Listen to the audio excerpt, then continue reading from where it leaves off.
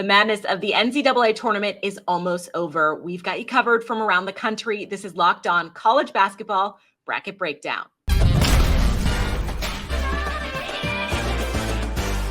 I'm Kanani Stevens. Thank you for joining us in this special bracket breakdown preview where we look ahead to the men's and the women's Final Four. This bonus episode is brought to you by FanDuel Sportsbook, the official sportsbook of Locked On. Make every moment more and visit FanDuel.com/LockedOn to get started. Andy Patton and Isaac Shade from Locked On College Basketball and Alex Dono from Locked On Canes are here to talk to us about the national perspective. And then, of course, we take it to the local perspective because that's what we do here at Locked On. We are going to start out with that heavyweight matchup between UConn and Miami. Andy, your team was the latest victim of UConn. Obviously, the Gonzaga just ran into, a buzzsaw, as you want to say. Is in your mind, is UConn the team to beat after what you saw from your team facing off against them? 100%. Yeah. And I think that they might have been beforehand. Certainly a absolute demolition of a very good offensive team in Gonzaga definitely helps the case there. And this is a team that came in with a fair amount of momentum. They didn't win the Big East tournament, but they played very well and had been playing well as of late. They had a really bad stretch in the middle of the season. I think they lost 6 of 8 kind of coming into Big East play, but really before that and after that, they've been fantastic. Like if you remove that stretch of games, they are one of the best teams in all of college basketball, and they are playing like it right now. I know they didn't have to play a 1 seed in Kansas, but what they did to Arkansas combined with what they did to Gonzaga, even St. Mary's and Iona, like this is a team that's rolling right now. And Miami is going to be a really, really tough challenge for them, no doubt. Very good guard play there. But to me, UConn looks like the best team still remaining. But the best team still remaining has not been the team that has won all that often. So definitely not a guarantee. This is the year of the upset. Obviously, Alex, Miami loves to play that underdog role, and they've kind of been the underdog, so to say, for a couple of these games. Despite the fact they made it to the Elite Eight last year, they have a very veteran team. How much has that benefited them? How much will that help against a UConn team where, if you're a younger team, you don't have that experience, maybe you're out of it a lot earlier than you would like to be, but Miami's battled back in some of these tough matchups. The experience is everything. I mean, to have a guy like Isaiah Wong with an extra year of experience compared to last year, he struggles with inconsistency sometimes, but when he's on, and it's why he was the ACC Player of the Year. And then adding in the transfer portal the way that Miami did. I mean, to add Nigel Pack and Norchad Omier, who have both been incredibly valuable this season, to go along with a good nucleus, and seeing Wooga Poplar improve as much as he has this year. There's no doubt in my mind Miami is a better team than they were a year ago. I mean, they were, you talk about them being underdogs throughout this tournament. They were really underdogs throughout last year's tournament to make that run to the Elite Eight. So this is a mature team, and someone we talked about a lot, Kai, the last time we were on together. I believe Jordan Miller is the glue that holds this whole thing together. He was the headline maker in that comeback win against Texas. It was just a weird stat line to think Miami could win that game when Texas was shooting lights out from 3 and Miami couldn't hit a 3. Well, they hit 2 of them, but they effectively couldn't hit a 3 in that game, but they were able to get back in it basically through free throw shooting, some clutch 2-point baskets down the stretch, and with Jordan Miller basically having a perfect night. I mean, 7 for 7 from the floor, 13 for 13 from the free throw line. That hadn't been done since Christian Laettner did that 31 years ago. So you're going to need a lot more of that against UConn. But no, there's no doubt in my mind this is a better team, a more potent team, and a more mature team than they were a year ago. Isaac, I want to bring you in and talk a little bit about the coaching in this Final Four matchup, because Dan Hurley and Jim Larrañaga could probably not be much more different if you tried. Obviously, Hurley's so fiery. He just gets right in there and is just, I don't know, he's his own little entity. And Jim Larrañaga's had so much success. He's calm, cool, and collected in all situations. I just feel like he has everything under control, even if it's not. Stylistically, is there an edge to either of them? Obviously, Jim Larrañaga has been there before many years ago with George Mason. Do you see one having an edge over another? Well, in terms of that, Kai, I think that's a massive part of it. There is the been there, done that nature of it for Jim Larrañaga, who was back in 2006 with George Mason in one of the craziest Final Four runs we have ever seen. But it's been a minute, right? Like as we were talking about, this is Miami's first 2 times in program history being to the Elite Eight and now beyond. but I think that experience has to play a pivotal role in this. However, keep in mind, even though Danny Hurley is only, doesn't have as many years as Jim Larrañaga does, think about his pedigree with his dad and everything he's done, with his brother Bobby, who is the head coach at Arizona State, who won back-to-back national championships at Duke. So even though he doesn't quite have the pedigree, like, for example, this is Danny Hurley's first time making it past the first weekend of the tournament. I would say that Jim Larrañaga personally holds the edge, but I would say that family pedigree kind of helps Danny Hurley come back up and even the playing field a little bit. Alex, obviously, I'm sure Jim Larrañaga will have a game plan, that very detailed one going into this game. And with the experience that they have, the veteran experience, having gone to the Elite Eight last season, what are they going to need to do to try to get the Huskies off balance, who looked so dominant in every level of the tournament thus far, to try and give themselves a chance and then hopefully make the championship game? Yeah, well, the Huskies have so much firepower, as we've seen throughout the tournament. So if Miami's going to win this game, and I think they can, but they're going to have to win it a different way than they beat Texas. They're going to have to be sharper shooting from beyond the arc. We know Miami's capable of that because prior to not being able to shoot threes against Texas, they shot all the threes against Houston. So they're capable of turning that on. I think Andy was the one who mentioned Miami's guard play is excellent, with what Isaiah Wong is capable of doing. So I think that's a big thing. You've got to hit more threes. You've probably got to be in the double-digit range in three-point shots made in this one, similar to the Houston game. And I think probably the most important thing, because it's such a wild card and X factor, is you've got to try and keep Norchad Omier out of foul trouble. That really affected his minutes. It ended. Jim Larrañaga took a gamble in the first half of that game because he picked up his first foul really quickly, and then Coach L put him on the bench for a long stretch. And people are watching it like, well, he only has one foul. He should be out there. But Coach L's strategy was, we're going to need him a lot more in the second half than we need him in the first half. And he played for most of that second half on 4 fouls. So it was, walking a tightrope there. So they've got to keep him out of foul trouble. And I think that's something UConn's going to try to exploit, because certainly Texas did. Like, they're going to try to attack him a lot to get him into foul trouble, before the final important minutes of that game happen. So I think keeping him out of foul trouble is key. And then for a lot of the other guys, I just think keep doing what you're doing. You're going to have Bensley Joseph step up. He's going to be a really important piece of this. And obviously Isaiah Wong has to cook. And, I think something we've seen from Miami throughout the season and throughout the tournament is they're capable of winning in a number of different ways, right? They're capable of kind of attacking you and exploiting you. And I think that says a lot just about how wise and experienced Jim Larrañaga is, that he's able to find different ways to attack opposing teams. So I'm really anxious and curious to see how this plays out, right? Because hopefully it's going to be a close competitive game. So what weaknesses in UConn, if there are any, can Jim Larrañaga exploit? I'm excited too. I feel like it's going to be the game of the weekend. It's almost like the championship before the championship. Don't want to take anything away from that, but it really feels like it, on paper at least. In terms of predictions, what do we have? Let's talk about who we have in this game, and then whether or not you think that team will take home the championship. So Andy, we'll start with you. Yeah, first of all, I do think the winner of this game will take home the championship. And quite honestly, I thought that the winner of the UConn Gonzaga game would take home the championship, which means I'm going to stick with that and stick with UConn in this one. I think there's absolutely a path to a victory for Miami. Dono laid it out extremely well right there, but a lot of things have to go right. And while I think a lot of them will, UConn is so tough. And I think they're going to advance here. Isaac, what kind of game are we going to see this weekend between these two, and who do you have?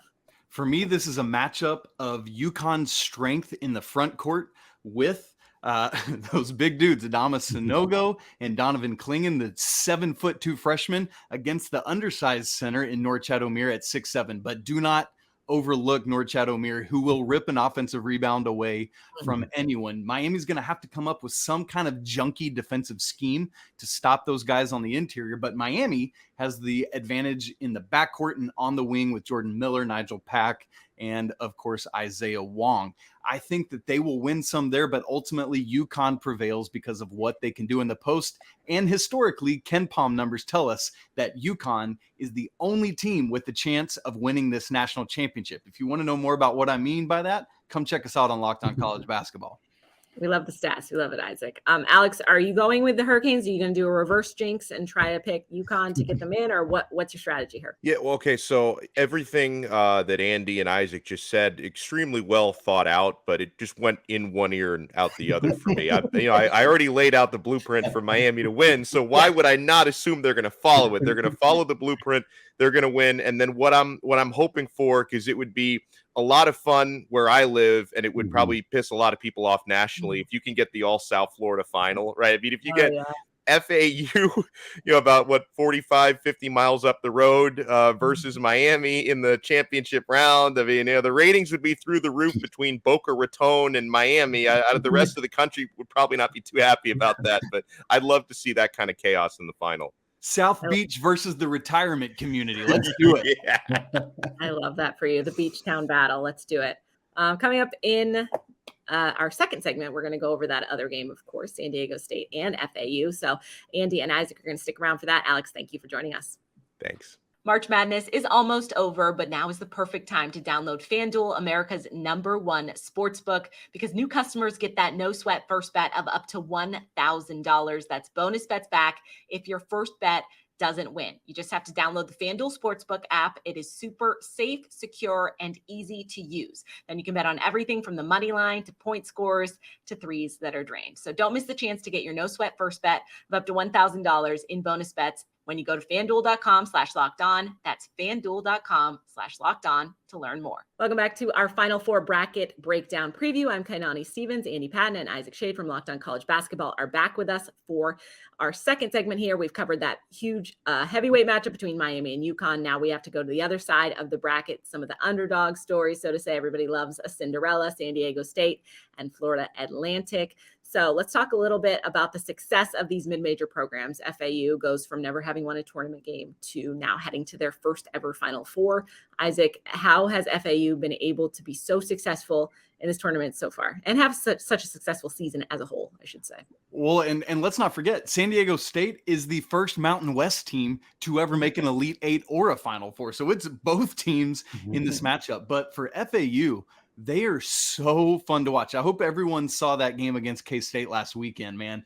They just get up and down the court. They run like crazy. You got guys like just like Elijah Martin, who is able to dunk like crazy on one play and then rain threes over you on the next. So it's just a very fun team that, by the way, has won and won and won and won. I don't care what conference or what level you play at. If you know how to win basketball games, you know how to win basketball games.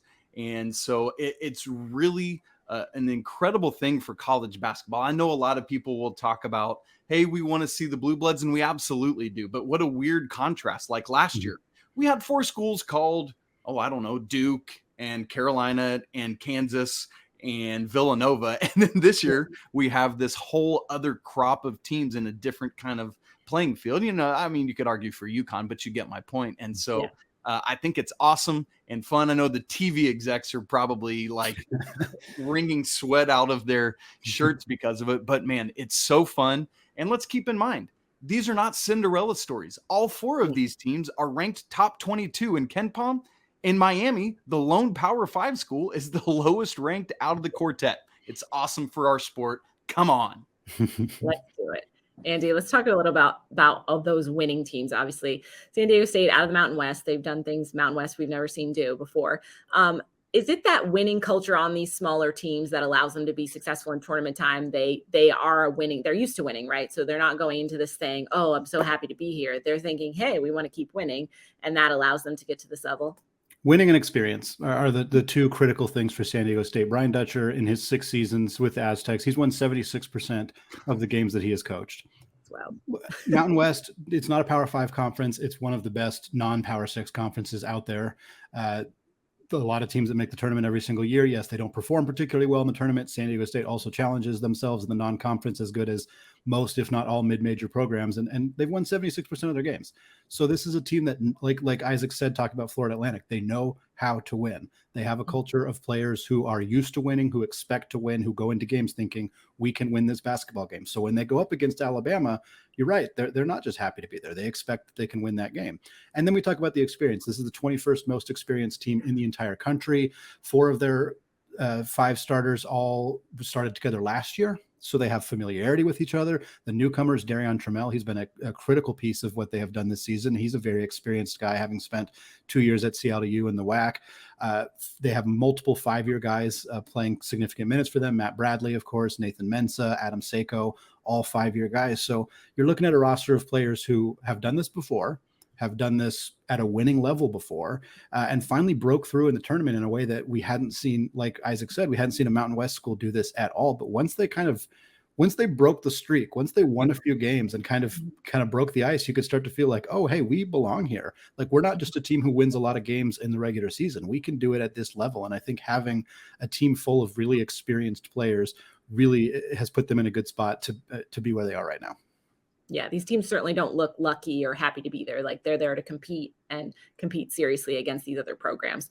Isaac, stylistically, what kind of game are we going to get in this Final Four matchup? San Diego State can lock you down if they have to. Obviously, FAU loves to shoot that ball. What are we going to expect to see? Who's going to win and kind of dictate the style of play in this? Well, that's a great question. It's interesting. Florida Atlantic is the more balanced team offensively and defensively, with both offensive efficiency and defensive efficiency being top 30 in the nation at KenPom, while San Diego State is a little bit more of a tilted scale. They are the 4th best defense in the nation, not just like amongst mid-majors, all 363 teams of Division I, but that offense ranks 75th. And so San Diego State is going to do what they always do. They're going to try to lock you down as best as they possibly can. FAU is going to try to get out and run and run and run. And like you said, shoot and shoot and shoot. But here's the thing. For folks, like a team you're probably more familiar with is like a Virginia. Tony Bennett's team, like a team, it's so much easier to slow a team down than speed a team up. So advantage San Diego State in that aspect. I think they're going to be able to get into Florida Atlantic, bother them a lot. They've got pickpockets. They've got rim protection from Mensah, as Andy talked about. And so I think it's going to be a close game. And I know we're not quite to picks yet, but I think ultimately that San Diego defense, the San Diego State defense, and their ability to control the tempo is what I'm watching for. All right, Isaac, we're going to do picks. So why don't you tell us where exactly you think San Diego can do it and make it to the championship game?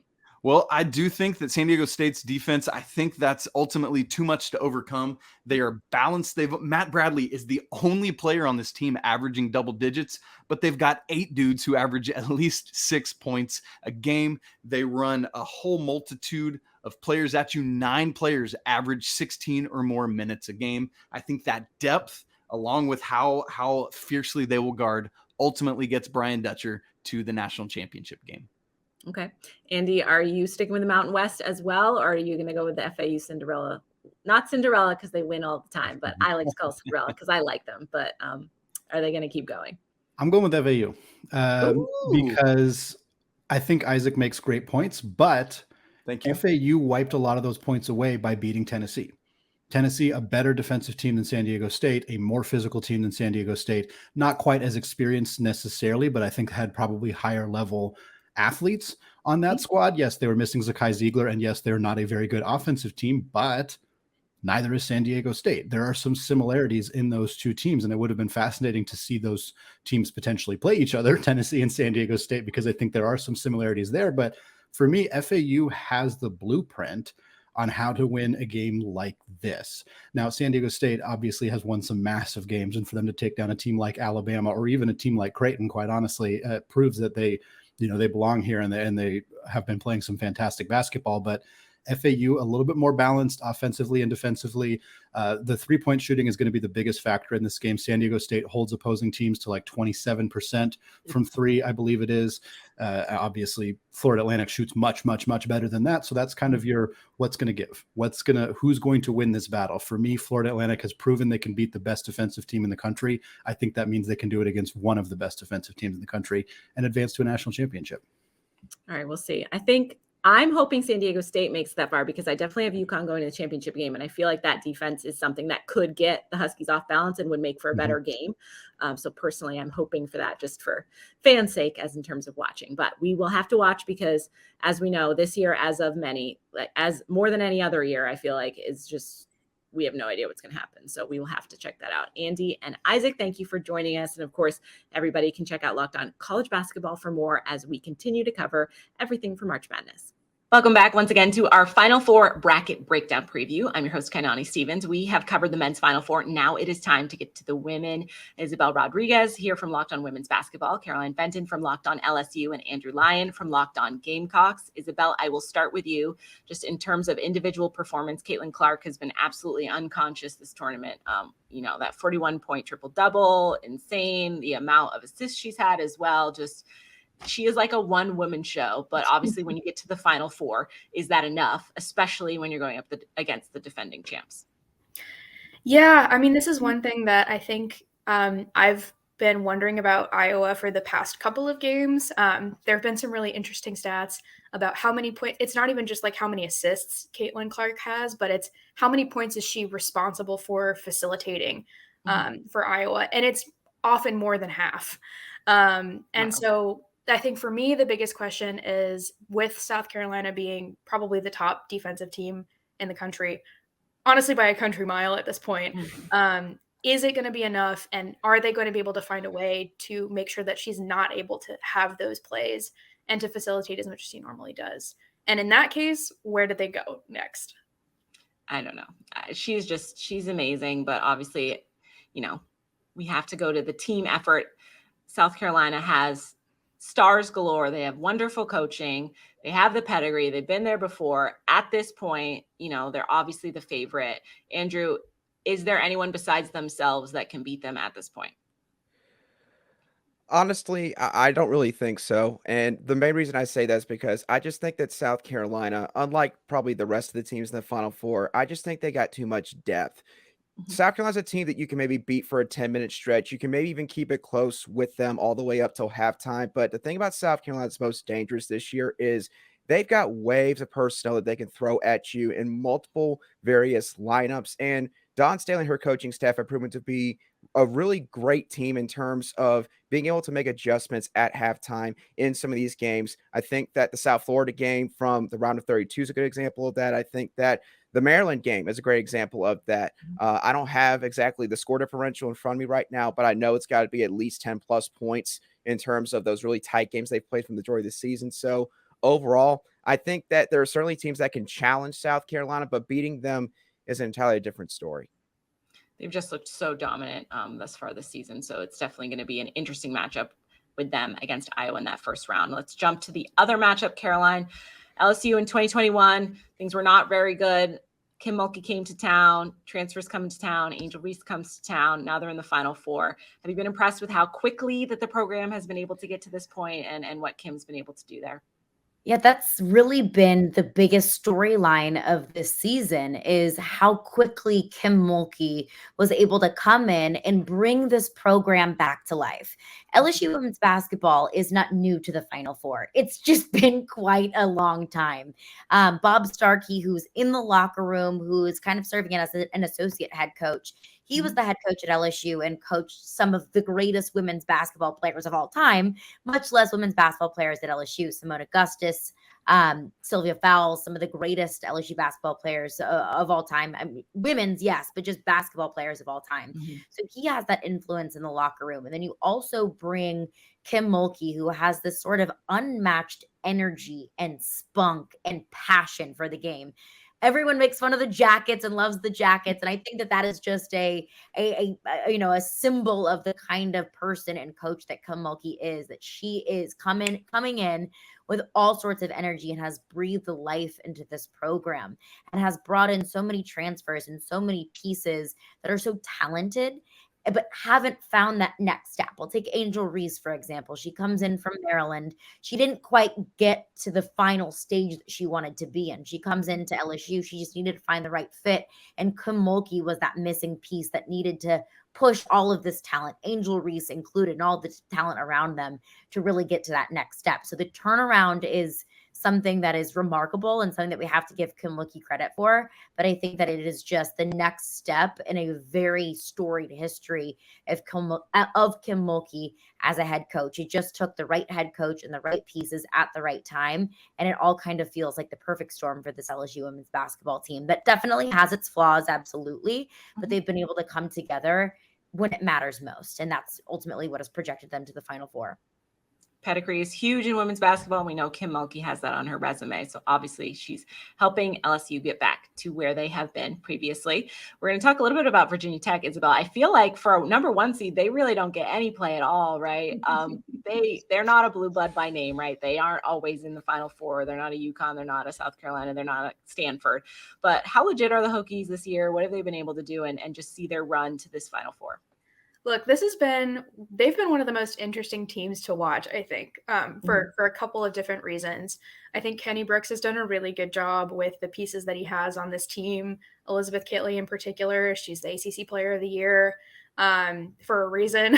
She's one of the most dominant post players I've seen outside of Aaliyah Boston. And I think because they're able to spread the floor so well with their other guards, Georgia Amore in particular, it's really opened the door for her to do some really, really awesome stuff down low. And it makes defenses work really, really hard. I mean, we saw this against Ohio State during their last game. I mean, Ohio State is one of those teams that will press the entire game. But it just took Georgia Amore basically sprinting from one end of the court to the other to open doors for them. And it was just, they play with so much energy and they play with so much passion that I think that combined with the talent that they have, how good of a coach Kenny Brooks is, things just kind of folded in together for them. And it's been a really successful season. I mean, they had their first triple-double in program history out of Georgia Amore earlier this season. And they're back. I'm not even sure they've been to the Final Four before. And so it's just been a really historic year for them. And to be honest, I have them going to the Final Four or to the national title game. Sorry. No. Absolutely. I mean, and we love to see new teams, right? Because I mean, the different programs are growing. We're getting more competition. It's only better for fans to watch. Isabel, you gave us a little bit of a preview. We're going to do predictions. So who do you have in the championship game? And then who do you have winning? Yeah, I've got South Carolina and Virginia Tech in the national title game. I think it's actually pretty interesting that despite all of the chaos that went down, I mean, I basically have it down to 2 number 1 seeds, which might be the most like classically women's basketball thing to happen maybe ever.